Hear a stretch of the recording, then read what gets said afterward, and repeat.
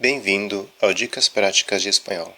Na nossa aula de hoje, nós estudaremos heterossemânticos, conhecido também como falsos amigos, e veremos alguns de seus exemplos.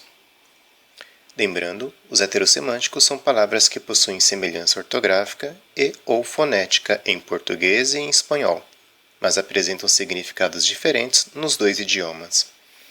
Atenção! Há casos em que o vocábulo em espanhol possui vários significados e somente um pode ser considerado um falso amigo. Por exemplo, a palavra aranha. Aranha pode ser traduzido em português como aranha.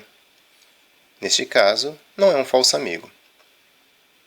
Porém, a palavra aranha em espanhol pode ser traduzido também como lustre. Neste caso, sim, é um falso amigo. Então, nós temos aqui uma tabela. Nela eu vou destacar as palavras heterossemânticas de cor amarela e logo à frente os significados em português e em espanhol. Começaremos pela palavra acreditar. Acreditar, em espanhol, significa acreditar em português, ou seja, colocar crédito. Acreditar, em português, significa crer em espanhol. Creer em alguma coisa, acreditar em alguma coisa. Borracha. Borracha, em espanhol, significa mulher que bebeu muito, ou seja, bêbada. A borracha, em português, em espanhol se diz goma. Borrar. Borrar uma coisa significa apagar uma coisa. Borrar, em português, significa manchar. Estante. Estante, em português, significa prateleira. A nossa estante, em espanhol, se diz estanteria. Graça. Graça, em espanhol, se diz em português gordura. Quando nós dizemos em português graça, em espanhol se diz gracia. Onda. Onda significa funda. Por exemplo, uma panela funda, uma olla honda. Onda em português, em espanhol se diz ola. Observem que ola, neste caso, não se escreve com H. Luego.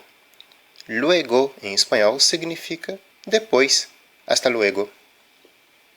Em português, a palavra logo, em espanhol, significa já, agora.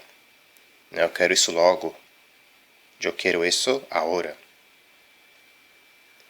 Mano. Mano significa a mão. Em português, quando alguém diz mano, meio que na gíria, em espanhol nós dizemos hermano. E aí, mano? Hola, hermano. Moço. Moço, em português, é o garçom. Em português, quando nós dizemos moço, em espanhol se diz muchacho, principalmente no México. Niño.